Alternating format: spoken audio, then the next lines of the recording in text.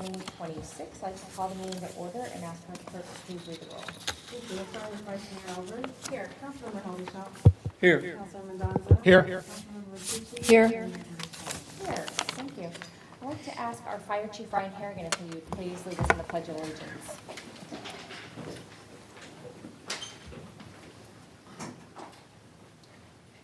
You ready? Begin. I pledge allegiance to the flag of the United States of America and to the republic for which it stands, one nation, under God, indivisible, with liberty and justice for all. Thank you, Chief. I'd like to ask our city clerk to please announce the meeting procedures. Good evening and welcome to tonight's meeting. Agendas are available at the end of the staff table to my right and your left, and also on the city's website online. All comments from the public should be directed to the city council and not to any member of the audience or to staff. This meeting is being recorded tonight. All speakers must speak from the podium as this meeting is being recorded, and please speak loudly as, again, make sure that your voices are captured. Please note that due to shooting from this temporary location outside of our regular city council chambers, we will experience a brief lapse in time from one item to the next when calling for public comment. We look forward to returning to our council chambers this spring and appreciate your patience and understanding as we work to ensure a smooth experience while in a temporary location. All members of the public may express their comments on non-agenda items. Each member of the public will have 3 minutes to make their comments to the city council, and the comments should be within the subject matter jurisdiction of the city council. The time limitation is reached during the first segment. Individuals will have a second opportunity for public comment at the end of the meeting just prior to council comments. The Brown Act does prohibit our city council from discussing, debating, or taking action on items that are not listed on the agenda tonight. The Brown Act also allows for the public to make comments on all items that are listed on tonight's agenda. Speakers will have 5 minutes to provide input that should be relevant to the item that is being considered. Time will be monitored once the red light blinks at the podium. We request that the speaker please conclude their comment. The City Council encourages public participation and requests that you please be courteous during the meeting. Lastly, if addressing the City Council, please consider stating your name for the record. With that, thank you for your recent participation tonight and welcome to the City of Roseville. Thank you very much. We will move in now to public comment. Is there anyone here tonight that would like to make a comment on any item that's not on the agenda? Now would be your time to come forward. We also have a second public comment at the end of the meeting, so there's an opportunity there too to make a public comment. Okay, so now we'll close public comment and move into the consent calendar. Thank you. So tonight on consent, we have items 1 through 17. And all items on the consent calendar are considered routine in nature and approved by one motion of the City Council. An item may be pulled for further discussion by the City Council member or a member of our staff or the public. At this time, no item has been requested to be pulled off the consent calendar. Is there any member of the public that would like to pull an item for further discussion tonight for consent? Seeing none. At this time, the City Council will consider consent calendar items 1 through 17. Can I please have a motion to approve? I'll move that. Thank you. Second. Thank you. We have a motion on the floor with a second. We'll start a roll call with Vice Mayor Albert. Yes. Councilmember Holdeshop. Yes. Councilmember Mendoza. Yes. Councilmember Tucci. Yes. And Mayor Roseville. Yes, thank you. Okay, so we will move into our first item, which is item 18, Roseville Firefighters Local 1592 Successor Memorandum of Understanding and Labor Market Adjustments. And I'll turn it over to our HR Director, Stacey Peterson. Thank you, Mayor, Council members. I'm Stacey Peterson, Human Resources Director, and I'm here to present our Successor Memorandum of Understanding for our fire group. I'm going to refer to Memorandum of Understanding as an MOU, and for our Roseville Firefighters Local 1592, I'll refer to them as RFF, just for brevity. So the most recent MOU expired on December 31st, 2026. Just for some background, there's 122 positions in our fire bargaining group. There's 115 fire suppression staff and 7 fire prevention staff. We started bargaining in September and reached a total package tentative agreement on March 6, 2026 for a 4-year agreement, which was subsequently ratified by membership on March 13th. And I'd really quickly like to say thank you to the bargaining team members. We have a couple of them here this evening, a couple extra here for support, which is great. It's a really collaborative process, and I just wanted to thank them for all of their hard work going through this, great discussions at the table to help solve problems. I certainly also like to thank our chief negotiator, which is Tim Davis with Burke, Williams, and Sorensen, because he's a key component of getting to this agreement too. And so just really quickly to point out, Trevor Hartman is the president for RFF on the end. Okay, so there were, as I said, many complex issues that we worked through to get these agreements.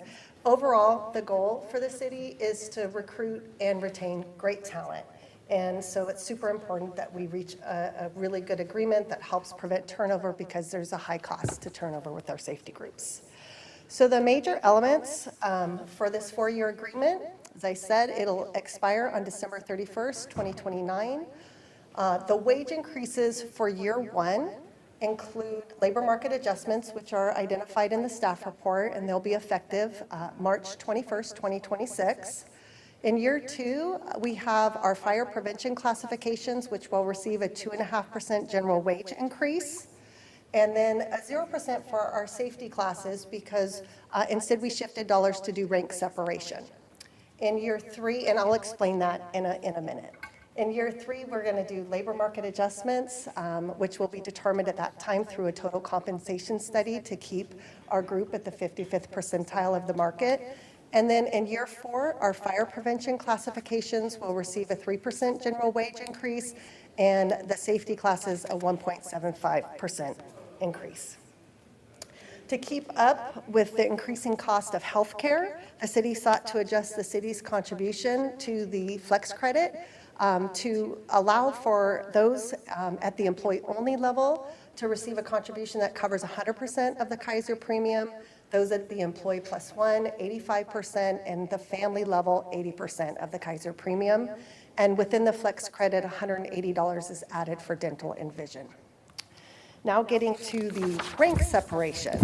This will start in year 2, and the fire captains will be set to be 10% above the fire engineer classification, and the fire engineer classification will be set 7.5% above the firefighter paramedic class, and that's based on base pay.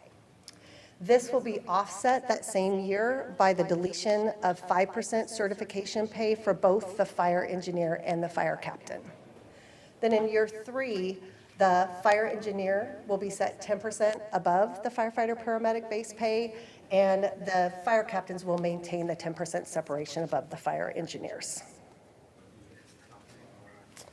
Other terms that are part of the agreement include uniform allowance, and with that, we increased the uniform allowance annually by $300 per year, and we also included the purchase of 2 uniforms for new employees. There is the addition of 1 vacation day accrual to help us be consistent with what the market offers for this group. And then we established a pay differential for a new fire investigation team. Typically in the past, the police department has done the arson investigations, so this team will now be responsible for those.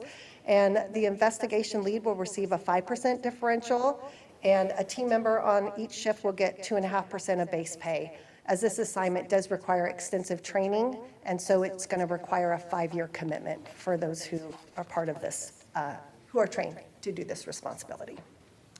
So the fiscal impact for the successor MOU in 25-26 is $351,000 to the general fund.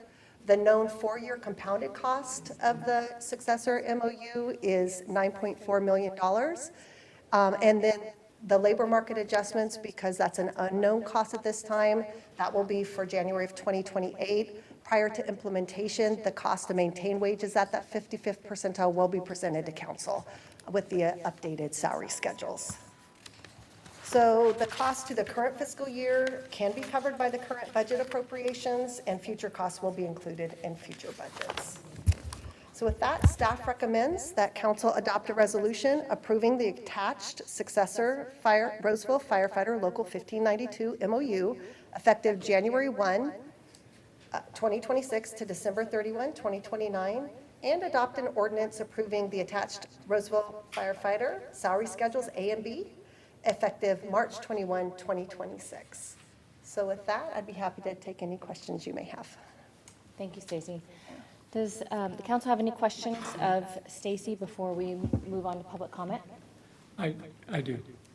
So the effective date is the date we adopt this, or it becomes effective March 20th, is that correct? So March 21st is the start of the next pay period, so that's when the wage increases become effective. The MOU is effective as of January 1, 2026, so there's Very certain interesting. terms. That was exactly my question, Yeah. thank you. Yeah. Okay, anything else? Stacy, you mentioned that negotiations started in September. Correct. Is that typically when they begin? Yes, yeah, our employee relations ordinance requires that we start within 120 days of the expiration. Yeah. Thank you. Anything else? Okay, we'll open up to public comment. Is there anyone here tonight that would like to make a comment on this item? Now would be your time to come forward. Okay, seeing none, I'll close public comment, bring it back to the council for either further deliberation unless we're ready for a motion. Yeah, I just want to, I think this is a sentiment that we all share is, as we go through our budget process, and when public safety is highly valued, and then we have to balance that out with one of our goals of being fiscally responsible in changing times. So appreciate everyone's everyone's achievement to get us there. Yep, agreed. Thank you. Anything else? Okay, I think we're ready for a motion. Great, thank you. On item number 18, the City Council will consider adopting resolution number 26-062, approving a successor memorandum of understanding for employees represented by the Roseville firefighters, Local 1592, and authorizing the city manager to execute on behalf of the City of Roseville. And also adopt ordinance number 7055, amending ordinance number 6982, the salary ordinance for employees represented by the Roseville firefighters, Local 1592, as amended by Appendix A to be effective March 21st, 2026, as an urgency measure. With that, may I please have a motion to approve? Second. Thank you. We have a motion on the floor with a second. We'll start our roll call with Vice Mayor Alvord. Yes. Councilmember Haudashelt. Yes. Councilmember Mendoza. Yes. Councilmember Rakucci. Yes. And Mayor Bernasconi. Yes. Thank you. Yes, thank you all very much. Okay, item 19. Thank you. So item 19 is the affordable housing in lieu fees. Unfortunately, this item is going to be removed from tonight's agenda and will not be discussed. However, this item will be moved to a future city council meeting agenda. And so with that, we'll have to move on to the next item, which is staff council report. I'm sorry, public comment. Yes. We are heading probably for a world record or a council record on meeting time. Well, I know, I'm not going to say that just yet, yeah. Okay, so the last public comment, is there anyone here tonight that would like to comment on any item that's not on the agenda? Now would be your time to come forward. Seeing none, we'll close public comment and ask our city attorney or our city manager if they have any comments they'd like to make. I don't have anything, thank you. Well, Mayor, I'm going to filibuster with a report tonight. All right, here we go. But no, in all seriousness, as everybody knows, we're under construction for our council chambers, and so I did want to provide a brief update on how that's going. And so it remains on schedule. We're expected to be back in use for the first meeting in May, which is May 6th, is what we're anticipating, and the project will be fully completed in summer, and so there'll be some notice kind of to proceed work that will need to be done, some cleanup work. But just as a reminder, because it's been a while since we talked about it, in the new lobby, we're going to see updated security for improved queuing. We're going to have expanded seating capacity and TV viewing capabilities for the overflow and waiting areas, which will be very important with future regulations coming with allowing video in through the new Senate bill, I think 707. And so that'll be important. In the actual council chambers, we're going to see some updated interior finishes because it's been a while since that's had a refresh. We're going to have improved seating, revised lighting for improved visibility, and we're also going to replace the TV for the broadcast lighting so we have better visibility in there. And then as far as in the actual conference room, next to it, we're going to have a larger conference room with an improved expanded meeting space, which will also have TV capabilities for videoing in for our sessions in there as well. And then some of the benefits, we'll see ADA upgrades in both the restrooms and the council chambers. We'll have improved safety with the enhanced queuing.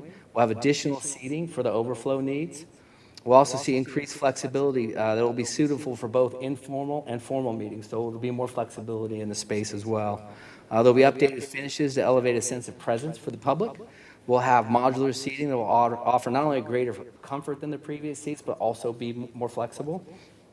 We're going to have improved energy efficiency as well. And we'll have some new broadcast lighting that enhances the room's overall aesthetics and visibility for some of the viewing and from the video recording in. So ultimately, the remodel will provide a safer, more welcoming community design that will have much improved functionality. So with that, I'll turn it back over to you, Mayor. Some of us look better in 5K than others. Yeah, thank you for that. And I think especially thank you to our AV video geniuses over there for making it happen in these temporary locations. So thank you all, and thank you for the public for being flexible while we're in this space as well. Thanks for the update. Okay, does anyone want to start us off with comments? I'll start.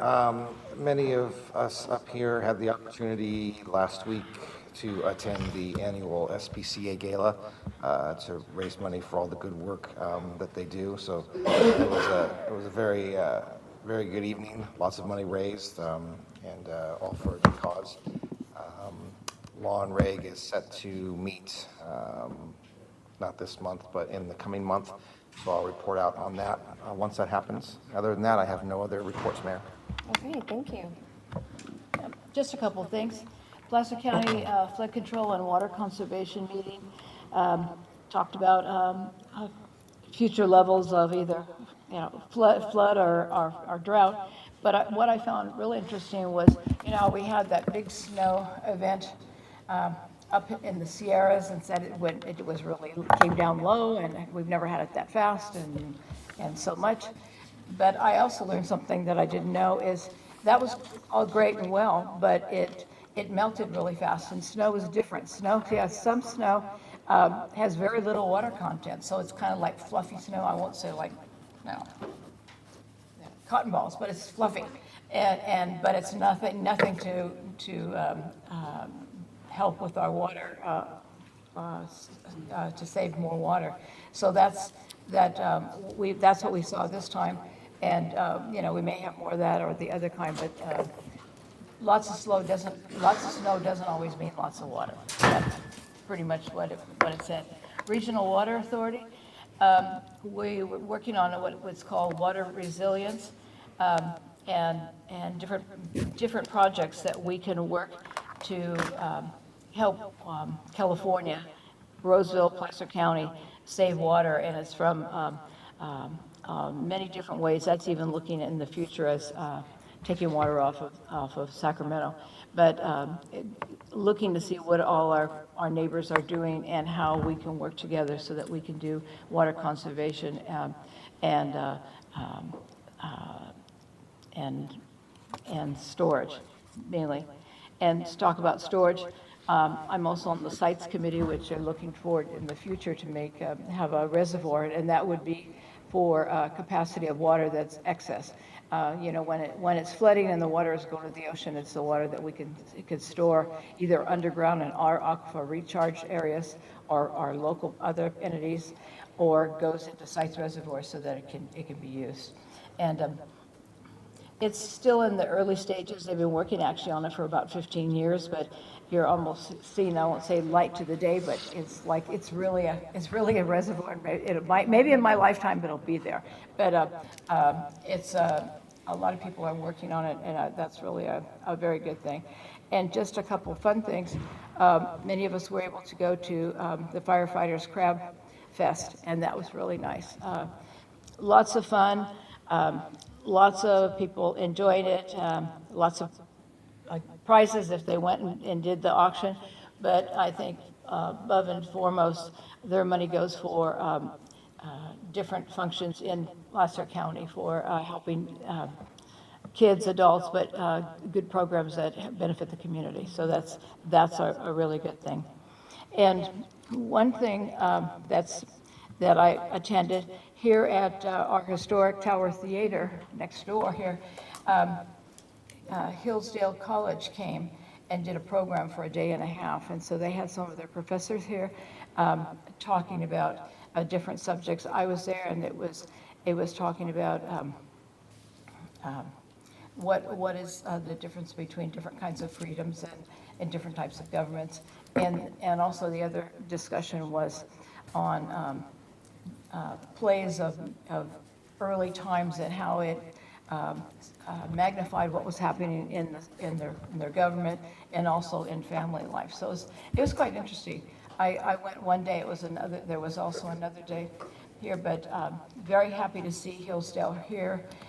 They have property in Placer County where they're going to be selling houses and looking for a campus and having more of a site here in Roseville, and I'm hoping we see them more. I'm glad to see them at the Tower Theater putting on programs like this, and from what I learned, they actually do this in other areas, but this is the first time I've read their things, but I've never had them here, so I was real pleased that they came. That's it, Mayor. All right, thank you. Vice Mayor Alvord, do you- Yes, a couple things. I think some of the events were mentioned. Wanted to thank the firefighters for for the crab feed this weekend. In addition to what you provide for the community, it is really nice to see so many people come together and help raise money and the good work that you do in the community by doing that event, because I can't imagine all the work that goes into it for those that are, creating like lots of crab and fun for those that are there. We have 3 park openings this month, 2 of them the first weekend of the month, and we have one coming up, and the name, Yeah, Saturday, Bayou. is that on your notes? John Byers. Yeah, John Byers at 10. Bayou. Bayou, sorry. And I know Big Boy's coming back in April too, so I don't know if you were going to say a few words or not, but I think it's April 10th. Yeah, we'll have a meeting before then, too. Yeah, before meetings, I think so. That's true, yeah. So I think that's all. It's kind of, to me, it's exciting to see the new parks on, a lot of them on the west side getting built and dedicated. So it's fun when the community comes out and celebrates the park openings. Let me give the rest of Pauline's report. So Pauline sits on the board of where I work, the Northern California Water Association. So she came to our annual, we have an annual event, an annual meeting at Sierra Nevada. And so we started, dark 30 and end at 3:30. So she came and saw all the water resource aspects that Northern California Water Association's involved in, including groundwater recharge. So it's good to have Pauline there that day, in addition to her service on our board. Pauline and I also had a council coffee. We had about, I think, 15 people at the Carnegie, which is a wonderful museum if you haven't been to the Carnegie. And it's always great just to sit down and dialogue with constituents and say, there's an app called My Roseville. Put it in there. That way everybody sees it when the answer comes out. So we handled a number of questions and we've talked to Dom about what the constituents were concerned about. We had a group from Diamond K Park there that day. Tomorrow's SACOG. SACOG has been going around the region. Tomorrow we'll meet at Sutter Health Park. In the morning, we'll tour West Sacramento. Then we'll have our board of directors meeting. We had a kind of an uneventful Western Placer Waste Management Authority meeting, but we do need to, we're hyper-focused on FCC coming into compliance on things with respect to that. Pauline, did I miss anything? I think you did Okay. very well. All right. You're good. Okay, good job. Just a few things to report. I think it was week before last, I attended and participated in the Torch Forum that was held at William Jessup University. There was probably a couple hundred young professionals there. It was organized by the Roseville Chamber, and at each table they had a mentor, and we were leading conversations related to all things happening in the workplace around culture, what young professionals are looking for in the workplace, ways that they can grow. So that was the first time that the chamber had put on that event, and it was, I would say it was a real success. I serve on the Greater Sacramento Economic Council. We had our meeting last Thursday in Sacramento. One of the items or initiatives that they're working on that we'll probably be hearing more about in the news is their push for Major League Baseball and expansion team. We understand the commissioner wants to expand Major League Baseball by 2 teams, and West Sacramento is going to be taking a run at it once the A's depart for Las Vegas. The park opening that Vice Mayor Alvord mentioned, one of the things when you go to the park openings is the address isn't always clear because it's a brand-new park. But this one is at 4651 Upland Drive this Saturday at 10 a.m.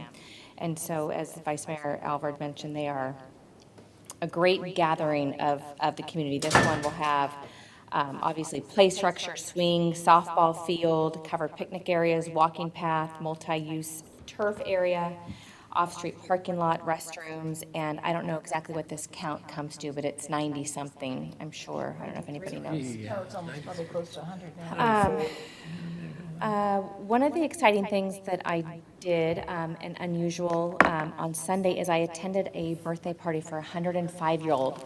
She could be the oldest Roseville resident, I'm not sure. I don't know if our firefighters ever treat anybody older than 105 years old. But she lives in a mobile home park off of Kirby, basically by herself. She's in great health, great hearing.